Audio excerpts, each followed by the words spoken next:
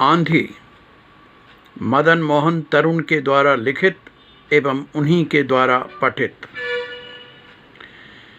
उनके कहानी संकलन जंगल जिंदा है से। आंधी। महीनों बाद उस रहस्यमय से विशाल भवन के प्रवेश द्वार का लौह कपाट चरमराता हुआ सामने के विशाल लॉन की ओर खुला। गृह सेवक ने बड़े अदब के साथ आगे बढ़कर कार का दरवाज़ा खोला और सामने खड़ा हो गया। क्षण भर पश्चात कार से एक मोटा आदमी बाहर निकला।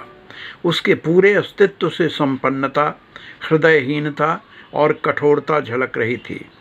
गृह सेवक ने झुककर उसका अभिवादन किया। बिना कोई उत्तर दिए उस आदमी ने सामने के लॉन पर निगाहें डाली। हरियाली पर धूल की परत सी जमी थी और उसके ऊपर न जाने किन किन पेड़ों की सूखी पत्तियां छाई हुई थी। बंगले के सामने के फूलों की क्यारियों में दुर्लभ प्रजातियों के क्रोटन मुरझाए मुरझाए से लग रहे थे। फूलों के पौधों के चारों ओर तरह तरह के झाड़ झंखाड़ उगे थे। उनकी क्यारियों में कॉस्मस जैसे हल्दी के रंग वाले तितलियों जैसे पौधों ने हजारों की संख्या में अपनी जड़ें जमा रखी थी।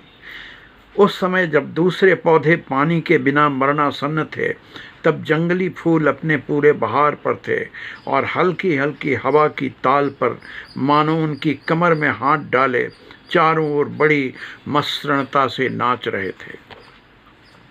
किनारे की जूही की लता को अपनी मादक सुगंधि से रात होते ही चारों ओर वातावरण खुशबू से तर कर देती थी। वह भी इन जंगली फूलों के बीच अपनी अस्मिता खोकर मूर्छित और निढाल सी दिखाई पड़ रही थी।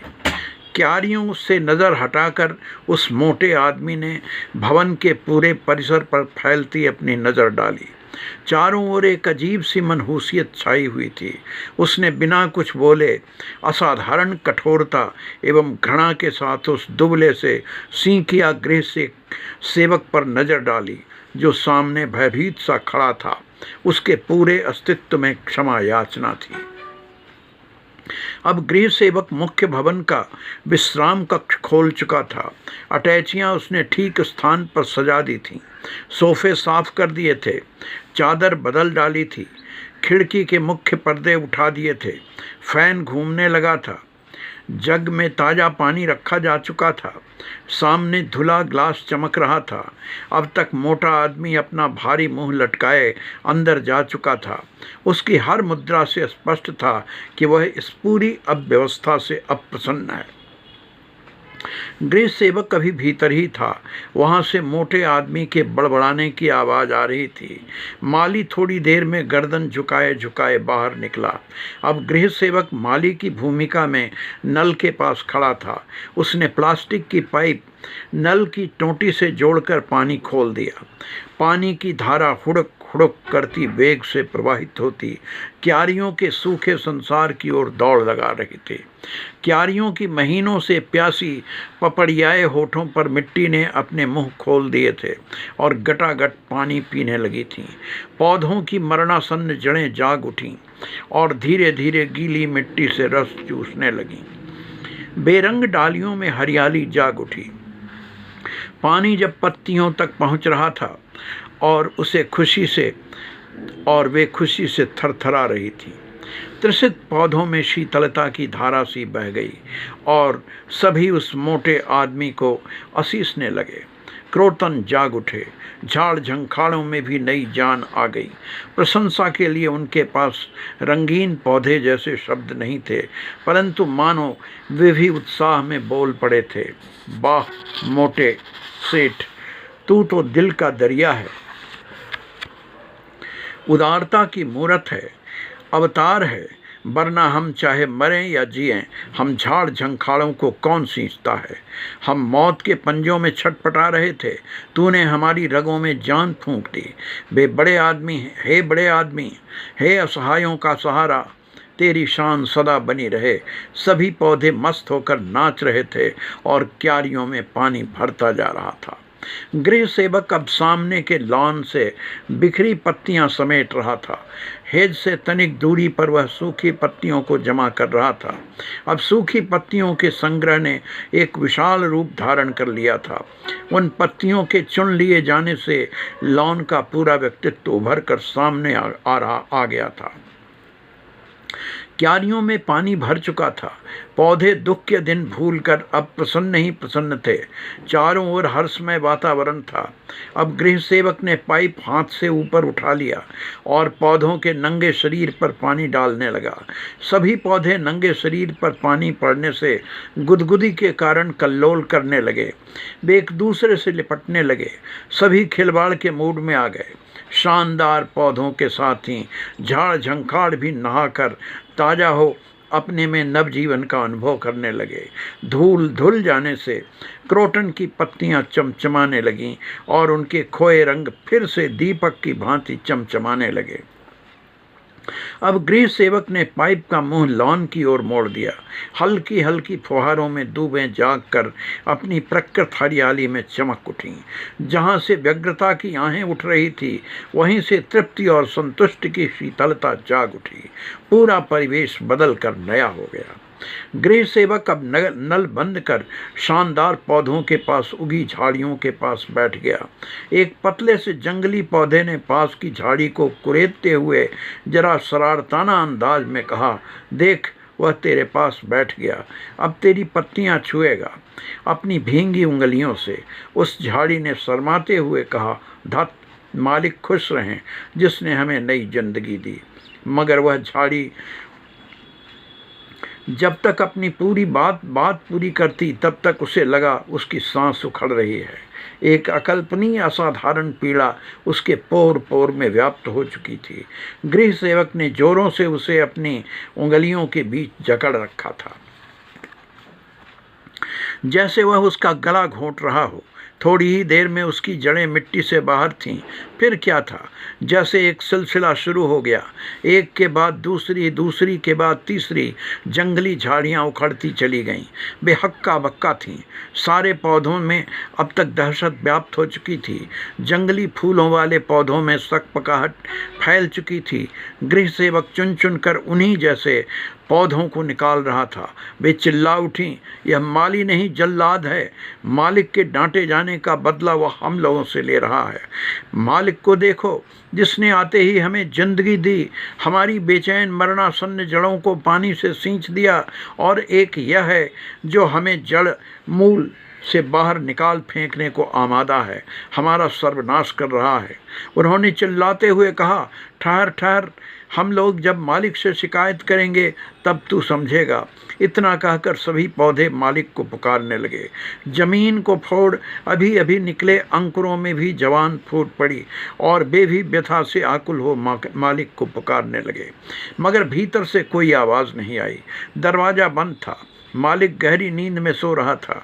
खिड़की से उसकी सांसों की ठसकदार आवाज़ें इसी बात की घोषणा कर रही थी कि आज कई दिनों बाद उसे ऐसी प्यारी नींद आई है।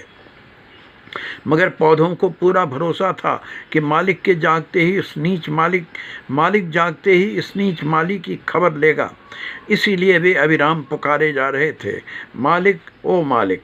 और उधर गृह सेवक के हाथ पूरी तत्परता के साथ उनका काम तमाम किए जा रहे थे। वह एक एक पौधे की जड़ें खींचता चला जा रहा था। जो पौधे खींचने में जरा भी आनाकानी करते, वह उन्हें और भी क्रूरतापूर्वक मरोड़ मरोड़ कर खींच डालता।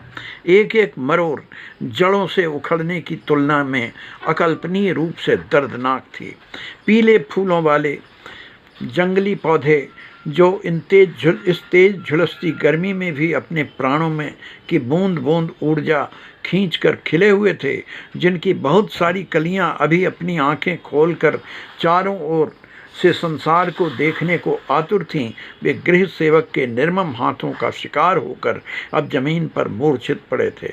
उन्हें देखकर अब यह कहना असंभव था कि अभी कुछ देर पहले उन डालियों पर एक हंसता खेलता संसार बसा था। उनकी पत्तियां अब मुरझा चुकी थीं और उसके पीले फूल नीचे की ओर झुक गए थे, किंतु जड़ों से उखड़कर जमीन पर पड़े पौधे अभी पूरी तरह मरे नहीं थे।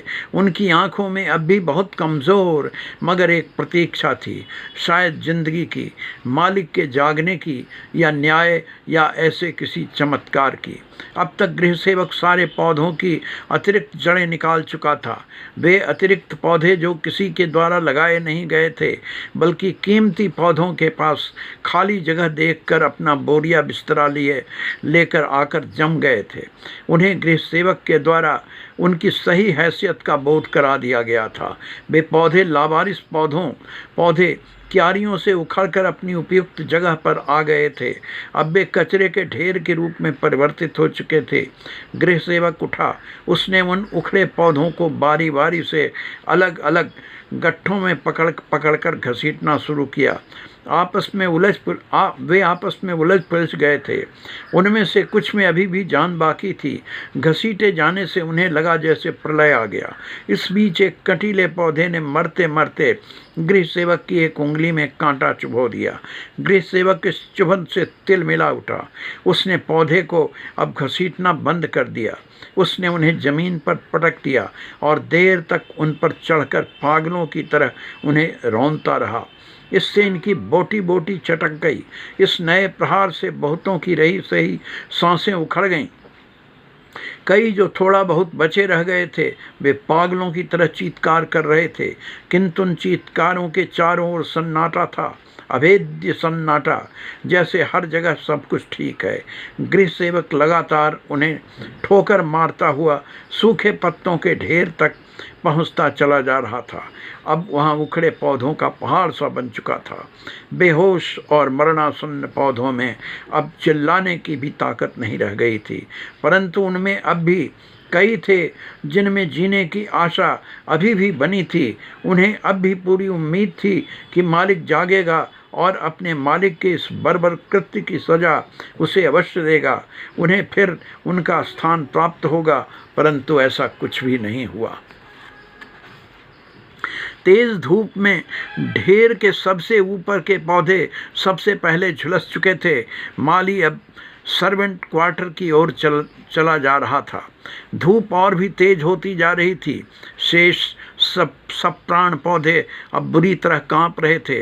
मौत की अंतिम तैयारी चल रही थी, परंतु उन्हें अब भी इस बात का विश्वास नहीं था कि मौत के लिए उन्हें क्यों चुना गया। तुलनात्मक दृष्टि से रंगीन और आकर्षक पौधे तो अब भी वहाँ खड़े थे, सुरक्षित, प्रसन्न। क्या वे इतने कुरूप हैं कि ईश्वर की दुनिया का दामन उनकी उपस्थिति मात्र से असह्य बन जाता है? क्या ईश्वर ने उन्हें पत्तियां नहीं दी? क्या उन्हें फूल नहीं दिए?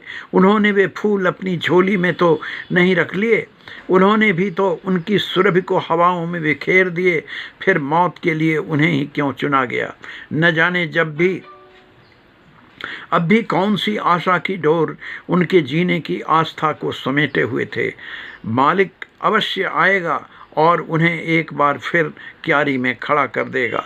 वे अब भी जरा सा पानी और मिट्टी की आशा में थे। उन्हें किसी चमत्कार की आशा थी। गृह सेवक सामने से टिन का डब्बा लिए आता दिखाई दिया। वे सब उसे देखकर थरथरा गए। न जाने अब क्या उत्पात करेगा। ऊपर की परतों पर झुलसे पौधों के नीचे अभी भी कुछ पौधों में जान बची थी। उनकी आंखों में धुंधली धुंधली रोशनी शेष थी, प्राणों में थोड़ा सा विश्वास। गृह सेवक को आते देखकर उन्हें विश्वास हो गया, जरूर मालिक को सारी बातें मालूम हो चुकी हैं और उन्होंने उनकी रक्षा के लिए कुछ भेजा है। गृह सेवक आया।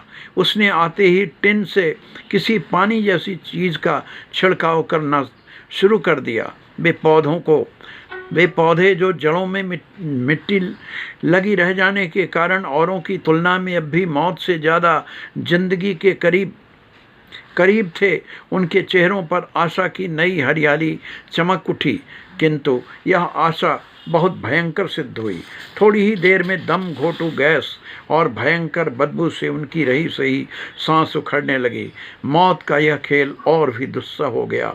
उनके शरीर में उमेट सी होने लगी। नसें तड़तड़ा उठीं, जैसे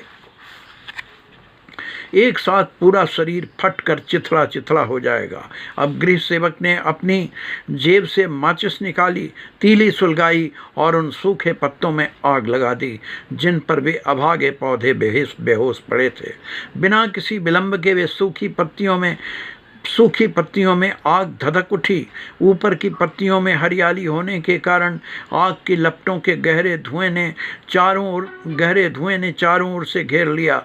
चारों ओर हाहाकार मच गया। छोटे छोटे मरणासन्न पौधे बड़े पौधों की लाशों में चिपक गए। शायद उन्हें आशा थी कि तेज हवा के झोंकों में हिलते समय जो उन्हें संभाल लेते थे वे अब भी उन्हें संभाल लेंगे। धुएं के पास वाले पौधों में अब भी थोड़ी जान बाकी थी और उन्होंने आग का आगे बढ़ना रोक रखा था। गृह सेवक तभी कहीं से एक डंडा उठा लाया। उसने धुआंती हरी झाड़ी को डंडे के सहारे थोड़ा ऊपर उठाया। जरा सा सहारा मिलते ही नीचे दबी आग धुएं का साम्राज्य समाप्त कर ऊपर धधक उठी। आग ऐसे ही देर तक धधकती रही। अब वहाँ सिर्फ राख थी जिसके नीचे अब भी थोड़ी आग बची थी। राख की उस ढेर को देखकर अब कौन कह सकता था कि यह वे लोग हैं जो मात्र घंटे भर पहले इस बंगले की क्यारियों में हंस गा रहे थे, एक दूसरे से छेड़खानी कर रहे थे और नई जिंदगी के सपने देख रहे थे। कौन कह सकता था कि वह एक हरा भरा संसार था और जो जलकर राख की ढेरी में परिवर्तित हो चुका था। संध्या हो रही थी।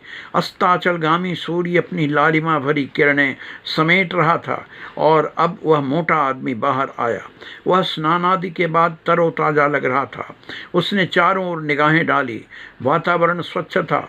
कीमती पौधे घटिया अनजान किस्म के पौधों की गिरफ्त से मुक्त थे। उनकी पत्तियों में एक नई चमक थी। किनारे महीनों से अकेली खड़ी जूही की लता ताजे पानी में नहाकर नई हरी साड़ी पहने अपने फूलों की दंतिल मुस्कान से अपने आकर्षण की खुशबू बिखेर रही थी। उसकी गदराई नई देह में गजब का जादू था। सामने लॉन में हरियाली चमक रही थी। यह सब देखकर उस मोटे आदमी के चेहरे पर प्रसन्नता चमक उठी। वह अब अच्छे मूड में था और धीमे धीमे कुछ गुनगुना रहा था, किंतु फिर भी उसके कठोर चेहरे पर यह प्रसन्नता बीभत्स लग रही थी। लॉन में गृह सेवक गार्डन चेयर लगा चुका था। छोटी टेबल पर चमकती हुई पतली कमर वाली ग्लास पास ही रखे बोतल की ओर लुभाती नज़रों से देख रही थी। मोटा आदमी लॉन की कुर्सी पर आराम से बैठ गया। अब बोतल उसकी हथेली के बीच थी और उससे गटगट की आवाज़ के साथ चमकता हुआ तरल ग्लास में उतरकर थम गया। गृह सेवक कुछ तली चीज़ों की कस्तरी बाहर ले आया। ग्लास से घूंट गले के नीचे उतारते हुए मोटे आदमी ने पहली बार कहा, वेल डन। किंतु तभी उसकी निगाहें सामने पड़ी राख की ढेर की ओर गई। उसकी भवें टेढ़ी हो गई। गृह सेवक कांप गया। उसने एक झाड़ू उठाई और उस ओर चल पड़ा। राख की ढेर पर झाड़ू पड़ते ही न जाने क्या हुआ कि हवा असाधारण रूप से तेज हो गई और थोड़ी ही देर में उसने भयंकर आंधी का रूप ले लिया। नीचे की राख हवा में चक्कर काटती हुई चारों ओर छा गई। लॉन की चमकती हरियाली का रंग राख जैसा हो गया। उस मोटे आदमी के पूरे शरीर पर अब राख की गाढ़ी परत थी। उठने की कोशिश में वह लड़खड़ा कर गिर पड़ा। गृह सेवक अपनी आंखें मल रहा था। वह समझ नहीं पा रहा था कि वह कहाँ जाए। उसके कानों में हूह भरती आंधी की आवाज़ तेज होती जा रही थी।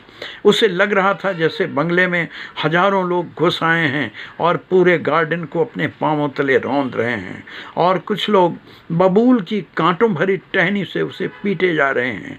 तभी उसे मालिक की आवाज़ सुनाई पड़ी। उसने सामने देखा। मालिक बड़े आराम से ग्लास का तरल अपने गले से नीचे उतार रहा था और धूल उड़ाने से मना कर रहा था। माली अब भी नहीं समझ पा रहा था कि अभी जो आंधी आई थी वह क्या थी और कहाँ चली गई। उसके शरीर में कांटे अब भी चुभ रहे थे, लेकिन आसपास में कुछ भी नहीं था। लॉन हरी थी। मालिक खुश था। फूल खिले थे। मदन मोहन तरुण।